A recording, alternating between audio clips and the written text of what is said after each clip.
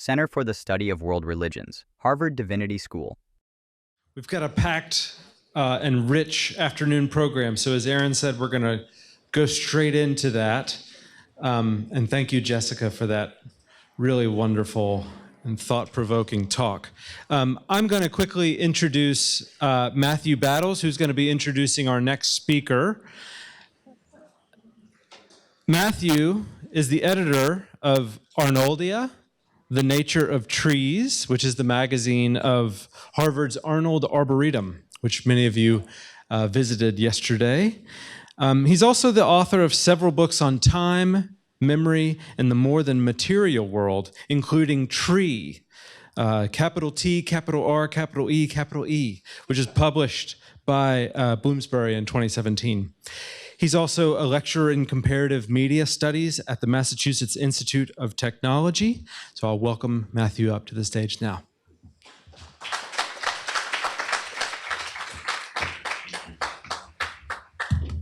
Good afternoon. So much movement in these talks today of these supposedly immobile organisms and our standing alongside them. I think that what Abigail Culpepper has to share with you is very much in keeping with this question of movement and dispersal and energy and vitality. Abigail Culpepper is a doctoral candidate in the Department of French and Francophone Studies at Brown with an attention to textuality. Their research focuses on problems of ecocritical reading and questions of literary scale, informed by eco-deconstruction and new materialism. Her dissertation, entitled Figures of Sessility, Reading Plants, Poems, and Other Still Things, argues for literary critical reading as a mode of environmental engagement in which flowering plants, lichen, and coral become models for a new textual ecology. The writing can be found in Lateral, Derrida Today, as well as Substance, and this year she's an Interdisciplinary Opportunities Fellow at the Pembroke Center for Teaching and Research on Women at Brown. And I think her paper really set my mind alight when I read an earlier draft of it. I'm still thinking with it, and I hope you all will too. I was thinking about the Red Queen, and it feels like plant sessility is something we find ourselves running as fast as we can to catch up with. So Abigail will talk about how are we still reading toward a theory of textual sessility. Abigail.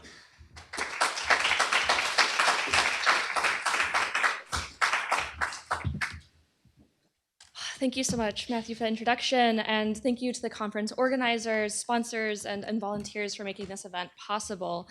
It is such a privilege and a pleasure to speak in front of such an intellectually diverse and engaged audience, but also to be contributing alongside the many brilliant panelists and keynote speakers, many of whom have influenced my own work. So with that, my paper today is entitled, How Are We Still Reading? Towards a Theory of Textual Sessility. So, given the myriad urgent crises threatening the world, it seems clear that now is not the time for inaction. There are calls coming from all directions for action, for movements, for everyone to stop sitting idly by and do something. When it comes to looming environmental catastrophes, the assumption here is that since our human movements or actions have brought us to this point, so might they conversely help us change course and avoid the catastrophes ahead. It is understandable, then, that some are suspicious or even critical of those whose professional work involves stopping to smell the roses, both literally and figuratively. Within my field, that of literary study, such skepticism is directed at the apparent inaction and passivity of reading. Faced with the urgent threats of climate catastrophe, how is it that we are still reading when there's so much to be done? I think this moral injunction, though, is one that we should be taking seriously, and accordingly, my current project seeks to articulate a response to explain what unique insights literary criticism, specifically in the form of eco-criticism, has to offer in response to pressing contemporary issues. In our cultural imaginary, reading is a way of withdrawing from the world, at least temporarily. So I do understand why there would be a skepticism that literary critical reading, which is that professional mode of reading practiced within university literature departments, could be responsive to quote-unquote real-world issues. Moreover, if you think back to your last literature class, you might recall that the texts being studied have often been written long ago and by nature do not change. That play by Shakespeare you may have read in English class is the same one penned by the bard himself. This is to say that the texts we read appear to be unchanging, and to one not trained as a literary critic, they might also appear immobile, stagnant, stuck in place, the product of a specific author writing at a specific time in history. We might even understand the immobility of texts as a sign of their irrelevance. After all, how could studying an immobile object tell us anything about our dynamic contemporary world? Of course, at a conference about thinking with plants and fungi, we all know what great insights come from observing seemingly immobile objects. Upon closer examination, the fixed position of plants and fungi become the condition of possibility for unique modes of environmental engagement, from elaborate flowers that attract pollinators to mycorrhizal networks of tree roots and fungi. These beings form networks of ecological relation that make possible still other forms of life. I thus take plants and fungi as models for environmental engagement that could be extended to texts, which, although inanimate, still find ways to form networks of relation not despite their immobility, but thanks to it. Moreover, since plants, fungi, and as I will argue, texts only appear still, I think we should speak not of their immobility, but more specifically of their sessility, a term relatively uncommon outside of the biological sciences. So sessility, a nominalization of the adjective sessile, traditionally, and this is the second definition on the screen, traditionally describes species from the kingdom Animalia, like mussels or corals, that are incapable of locomotion. While sessility is an exception amongst animals, it is the norm for plants and for many varieties of fungi whose inability to locomote makes their survival dependent on their ecosystem and the other mobile creatures therein. In my thinking, I extend this definition of sessility to then include, beyond the animal kingdom, plants, fungi, and texts to think through their shared mode of relation, which takes as its starting point a relative immobility. Thinking of sessility, as opposed to, say, stillness or immobility, allows us to also consider how the stillness of plants, fungi, and texts is a scalar illusion. That is, they only appear immobile to us humans. The movements of sessile organisms become perceptible if viewed, for example, at the microscopic level, or over inhuman timescales, like the totality of a day in the case of heliotropic plants, the many weeks and even months it takes for mushrooms to erupt from a forest floor, or even centuries in the case of the growth of lichen. A multiscalar attention to sessile organisms allows us to observe their networks of relation both on the human scale and beyond, allowing us to think through the indeterminacy of these various dimensions. Take, for example, lichen, a vegetal fungal hybrid which simultaneously forms different ecological relations across different physical scales. From our human perspective, lichen are just those strange growths that appear on trees, sidewalks, and the sides of stone buildings. Concurrently, lichen are also a food source for larger organisms, a shelter for smaller ones, and act as ecosystem engineers in otherwise uninhabitable areas, breaking down rocks into soil. After seeing how multiscalar attention reveals the dynamic and multiscalar lives of sessile organisms, I wondered what we might discover if we analyzed texts in this way, reading across literal, figurative, temporal, intra- and intertextual scales and beyond. In doing so, might we then be able to see the network of ecological relations made possible by textual sessility? My work thus puts forward or tries to theorize reading sessility as a way of understanding how texts relate to the world and to other texts in a way that is comparable to how sessile organisms relate with their environments. This approach begins with the methodological similarities between the scientific study of sessile organisms and literary criticism, but without eliding their differences.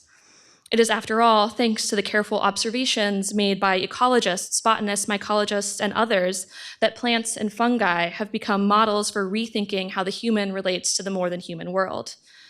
As a literary scholar, I recognize this detailed and careful observation of a seemingly still object done by scientists, but under a different name, that of reading.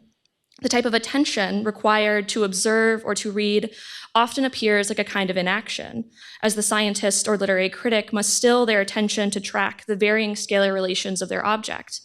And so thus a literary critic might read a text just like a botanist might observe a leaf under a magnifying glass, looking at details and formal structures to develop a theory of their presence and effects. It is then the scalar attention to an object, be it the text or a plant, that the professional study of natural sciences and literature have in common. In regard to contemporary literary criticism, the scalar attention paid to texts often goes by the name close reading. Even the name for this practice implies that the scale being studied is one that is smaller than the human, hence the need to get close to the text as one looks at bits of text, a single page, a sentence fragment, the choice of a particular word even, such details being a relatively smaller part of some complete whole. In this way, the attention to detail that close reading involves or invokes is not a literal attention to smallness, but a relative one. To read closely, then, is to stay with what I would characterize as a certain textual stillness. This still form of the text, a set pattern of characters, is not limited to the current time or place. The letter of the text can subsequently be repeated, moving from one place to another without abandoning those contexts it was previously found in, forming instead a chain of past, present, and future iterations. Perhaps another way to look at this phenomenon is to say that close reading finds movement in stillness. This movement is not literal, but associative. It is the echo of other signs that reverberate through a text in a reader. For example, when one writes the word flower, one invokes with it a whole host of meanings derived from different contexts, as if this flower has jumped from one place to another, from a garden into the text. Likewise, by putting the word flower in quotation marks, I explicitly reference that this flower has been plucked from some other utterance beyond the present one, making this flower a citation that is now absent from its original bouquet. Reading for Sessility allows us to take into consideration this variation in scales and contexts, following the relations between various living and textual flowers, for example. Such a mode of analysis also allows us to consider what relations texts record or make possible, how they move across different scales, and how they reproduce themselves and what might be reproduced through them. Such an approach ultimately asks us to consider how our individual and collective survival may rely on texts, that texts in their many forms will be what survives us. While sessile organisms have allowed me to reimagine the ways texts relate to their environments, there's also a mode of relation that I think is unique to texts, that of the virtual or fictive. Plants and fungi have a very specific materiality. They are animate creatures made up of a host of substances existing within specific environments. Texts, on the other hand, may have a certain linguistic composition, but they are not limited to a specific matter. Instead, texts have what Frédéric Nérat calls, quote, materiality without matter, end quote. Whether or not you read a text printed in ink on a page or on a screen, the word flower, for example, is the same. Moreover, texts lacking in matter are able to forge virtual but still material relations, which bridge the divide between the fictive world of literature and the quote-unquote real world of empirics, and in doing so offer us a framework, I think, for thinking beyond the material substance of our world. These days, it's easy to fall into a certain fatalism, especially faced with the looming threat of climate change, and in so doing, limit ourselves to thinking of the world as only matter, to a world as it is already realized and not as it could be. So, just as sessile organisms have allowed us to think nature beyond a mere human perspective, I suggest that texts allow us to think about how nature, with its sessile organisms like plants and fungi, might circulate beyond the limits of matter. More specifically, I locate this potential in literary criticism with its ability to actualize potential relationships within and between texts and contexts. This can take the format of elucidating intertextual references or making connections between historical events and works of literature, like I believe Joelle Jacobs beautifully did in her intervention today. It can also involve putting seemingly unrelated texts and contexts together, asking, for example, how a lecture meant to be delivered at Harvard in 1985 might resonate with a poem written in France over 150 years ago. So what I'd like to demonstrate with my remaining time is exactly this: how literary criticism allows us to create textual ecosystems through which we might reconsider what we think we know. And I'd like to do so by reading an essay by Italo Calvino and a poem alongside a poem by Charles Baudelaire, taking on a multi-scalar perspective that looks across genres as well as across national, linguistic, and temporal boundaries. Reading backwards in time, I'd like to start with the first lecture of Italo Calvino's 6 memos for the next millennium, the first of which is entitled Lightness. Calvino intended to deliver this lecture series at Harvard during the 1985-1986 academic year, but which his death in September 1985 made impossible. In this first lecture, Calvino describes, quote, an auspicious sign for the approach of the new millennium, end quote, which he locates in, quote, the sudden nimble leap of the poet/philosopher who lifts himself against the weight of the world, proving that its heaviness contains the secret of lightness, while what many believe to be the life force of the times, loud and aggressive, roaring and rumbling, belongs to the realm of death, like a graveyard of rusted automobiles, end quote. To this realm of death, I would like to add matter itself. I think this lightness that Calvino says is found by the poet/philosopher is this ability to show that forms might rise above the fatalism of their matter. Thus, in part, what our thinking this weekend has shown is how we can learn from plants and fungi, taking their insights with us, away from their matter, and sharing them amongst ourselves. This is how, as Calvino suggests, quote, we will face the new millennium without hoping to find there anything more than we're able to bring with us, end quote. I submit as well that this is also how we'll face those environmental issues ahead, with whatever insights from our encounters with plants, fungi, texts, and each other. We in the sense of the us and the more than human, the human is more than human, what we are able to carry with us. In reading Calvino's essay, I found its invocation of lightness particularly resonant with another text, a poem written by Charles Baudelaire and first published in 1857 in The Flowers of Evil, a collection whose title likens the still aesthetic form of the poem to that of flowers. Considered an early work of poetic modernism, and written against the backdrop of an urbanizing Paris, The Flowers of Evil is not usually remembered for its vegetal figures, but instead for its discussions of the woes and vices of city life. This tension between the grit of urban existence and the purity of nature is staged in the third poem of the collection, entitled Elevation, in which I'd like to take the time to read for you in full here. Elevation. Above the ponds, above the valleys, the mountains, the woods, the clouds, the seas, beyond the sun, beyond the heavens, beyond the confines of the starry spheres, my spirit, with agility you make your way, and, like a skilled swimmer who glides in the deep, you gaily plow the profound immensity with unspeakable male sensuality. Fly far away from these morbid miasmas, purify yourself in rarefied air, and drink, like a pure and divine liqueur, the transparent fire that imbues limpid vistas. Beyond the troubles and the vast sorrows that lay their weight upon dim existence, happy is he who on vigorous wing soars to serene and luminous fields. He whose thoughts, like larks, freely fly toward morning skies, who hovers above life and knows without strife the language of flowers and of silent things. I think we are all, unfortunately, too familiar with those troubles and vast sorrows that lay their weight upon dim existence. With its call to fly far away from these morbid miasmas, it would be easy to read this poem as an example of the tendency for literature to withdraw from the world.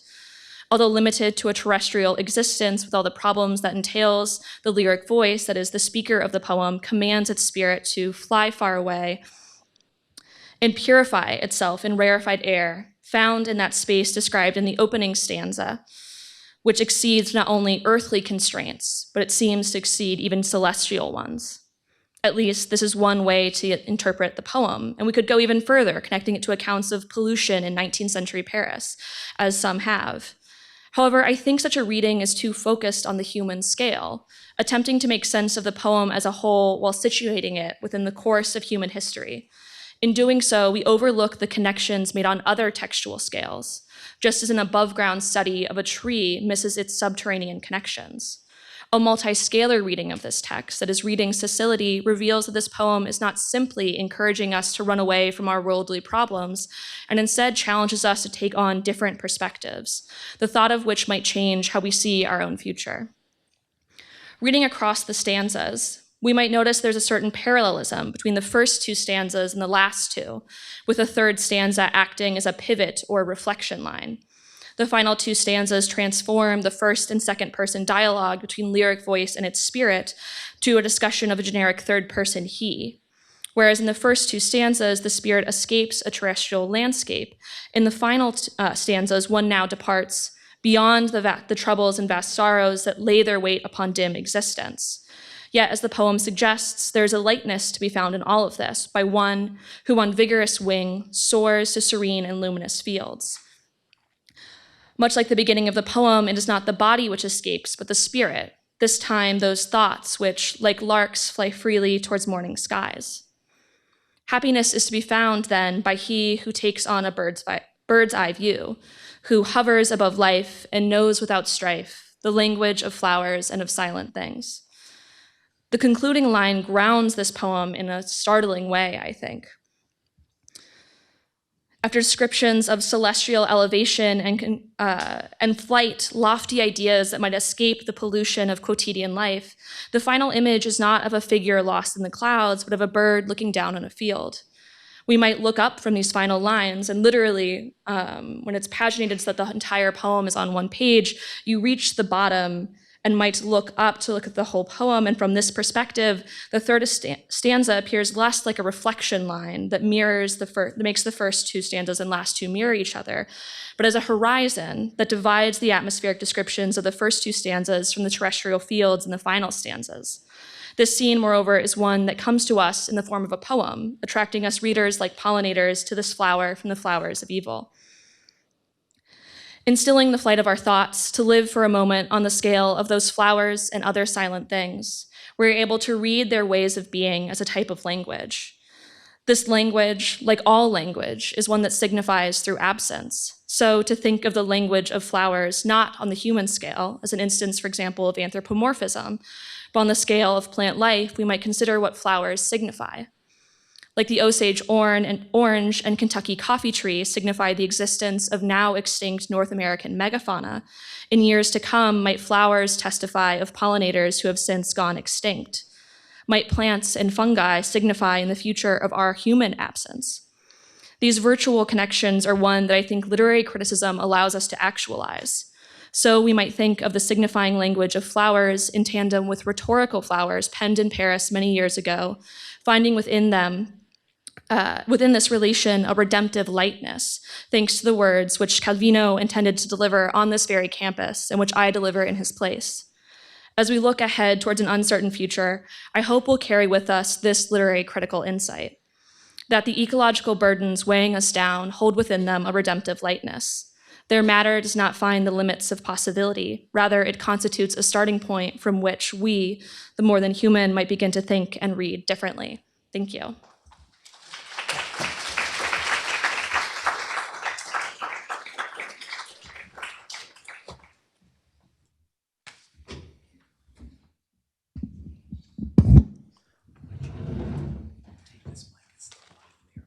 Oh, livelier mic. This is the sessile mic. Thank you, Abigail. And I will go ahead and ask a question. I think you've invited us to take Jessica's embracing invitation to write more botanically, to write more efflorescently, and extended that into reading as well, reminding us that we can read in many different kinds of ways. I, as somebody who spent a lot of time in digital humanities, thought a lot about distant reading and the sort of aggregation of texts at scale, and it's rich to be invited back into intimacy with the text. And I guess I want you to press into that that question you leave us with, or that call that you leave us with at the end of your presentation, to bring that to bring close reading to the problems of the time. What does it mean to read into that? I think you're asking us to think of literary scholarship not as a kind of retreat that then you fortify yourself and maybe you're then ready for the fight again, but as something that you bring into engagement. And particularly your attention to scale, which I found so exciting in the paper, given that scale is such a confounding challenge of life in this time, the scale of the climate crisis, of biodiversity and extinction, how we leap across these scales into intimacy with the trouble. Where does that take you out into the world? Thank you. So I think for me, the sort of, maybe we could say, like, practical element, but I've started to think about it as sort of what I think literary criticism as a mode of thought uniquely brings to these really compelling interdisciplinary discussions about environmental issues is firstly the sort of ability to juggle multiple scales at once without having to commit to a certain determinacy.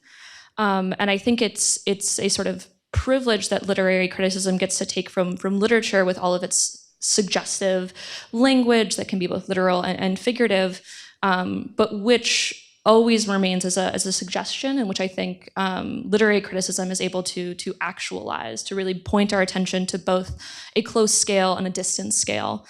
And then the second part is this sort of virtuality or fictive nature. I've been really compelled by the notion that a lot of our problems of the future are profoundly textual problems, insofar as they have not yet come to be and only exist in the sort of narratives we tell about them, are speculative futures. And so that literary criticism for me is a way of thinking about these sort of future problems as textual problems that we can approach from that perspective. Right, right. cswr.hds.harvard.edu, copyright 2025, the President and Fellows of Harvard College.